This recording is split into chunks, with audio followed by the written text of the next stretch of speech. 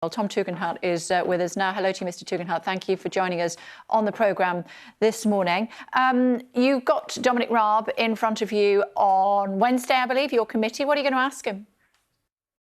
Well, look, we're going to be looking at exactly what happened in this evacuation, and not just looking at what happened in the last few weeks, 10 days, but also the process that led up to it a little bit. And of course, most importantly, what this means going forward. Look, there's a possibility we may find ourselves with the biggest hostage crisis the UK has ever seen.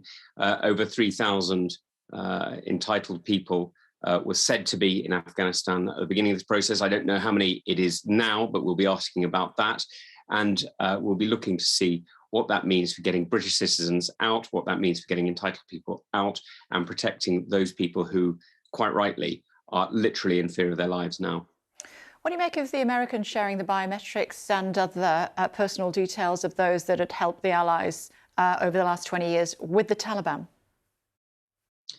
Look, I find it absolutely extraordinary. I barely have words to say how stunned I am that this should be considered by anybody a good idea. We all, in the very basic security of our lives, are increasingly careful about our own data security because we know that somebody could hack our bank account or, post things claiming to be us on the internet or whatever. This is just a league beyond that. This is quite literally giving information to somebody who is trying to kill them. I don't know what to say. It's completely extraordinary. I'm guessing that the Brits will not have done something like that. Well, that's one of the questions we're going to be asking, isn't it? I would have thought so. Ben Wallace said to us this morning, the Defence Secretary, that the operation at the hotel, at the Barron Hotel, has now ended. But it was always going to end at 4:30 this morning. Of course, he would say that, wouldn't he? Because he wouldn't want ISIS-K or the Taliban to think that we have brought forward our operations because of what happened with the bombings yesterday. But we must take him at his word. What it does mean is that in the next few hours, anybody that is still trapped outside the airport perimeter or indeed somewhere else around the capital of Afghanistan will not be getting out on one of those flights. You know the area well. How difficult will it be to maybe go over a land border? Well, that's what I'm literally trying to work out at the moment. And what I was doing just before before I came to speak to you, is I've been texting people in the region, our envoys in various different countries, people I know, former warlords I worked with, literally anybody I can think of, to try and get friends of mine out. And into various of the neighbouring countries. Look, there are ways in and out of Afghanistan. It is, after all, a landlocked country, and that means that you can always walk over the border somewhere. But the reality is it's also a very, very difficult terrain, and a lot of the neighbouring states, quite understandably, are looking to protect themselves from the overspill of terrorism of the kind that we just saw in Kabul. So I'm very, very concerned for anybody who's left behind.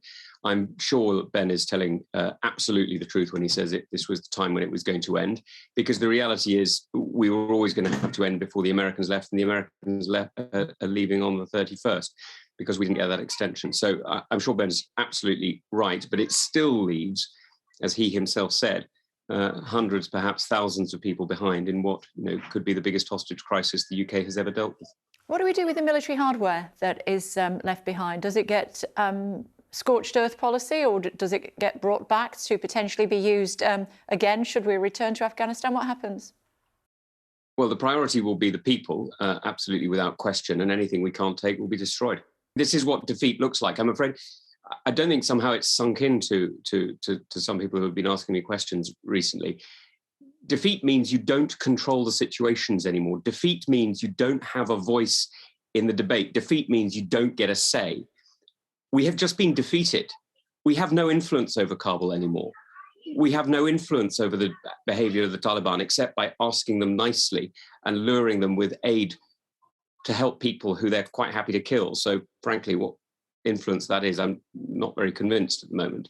So I'm afraid you're right. This is awful. This is absolutely tragic. And this is why I'm working 24/7 to try and get those people who stood by us in our hour of need out, because it's our moment to stand by them. We can't allow this defeat to become a wider defeat, and we need to reorganize, re-engage with allies, and remember that Britain does have a voice if it wants to use it. I was speaking to an army interpreter this morning. He said that he and his family would be killed by the Taliban unless he was taken out. He pleaded directly to the Prime Minister, but he's not at the airport. He's hiding in place, and it doesn't look as though he's going to be on these flights coming out. What does defeat look like? We know what it looks like for him. What does it look like for the army veterans who lost limbs, or the parents of those 450 or so that died in Afghanistan?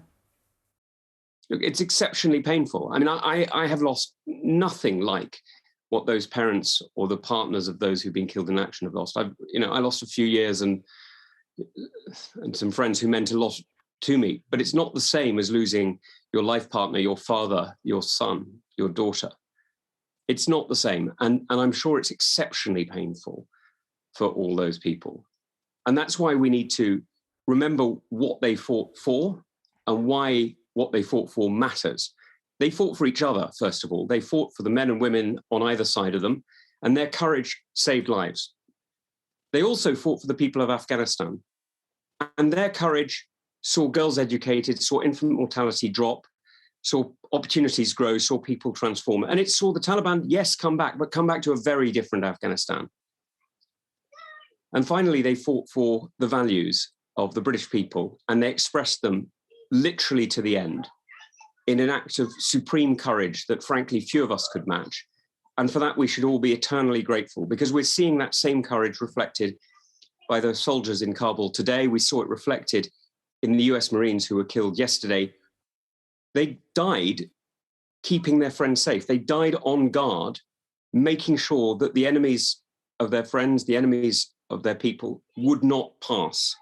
Now, that is courage, and that is what these people, this is what our veterans brought to Afghanistan and bring to our country. So let's not say that they were defeated. They weren't. This is a political decision. It's a decision very unwisely made in the White House, and it's one that we will all pay for, but it is not a military defeat. Before I let you go, coming up immediately after you, I'm going to be speaking to a former interpreter who worked for the Brits, whose application has been refused. What would you say to him, either as a former soldier or as a politician? I have nothing to say as a former soldier or as a politician, but as a person, all I can say is my heart goes out to you. Those who stood up for us deserve the protection that they are entitled to expect because we promised it. You know, this isn't a deal some people have invented just now. This isn't some sort of, after the fact offer. We made this deal. We made this promise. And the whole point about Britain's strength in the world is that our word is our bond. When we say something, we mean it.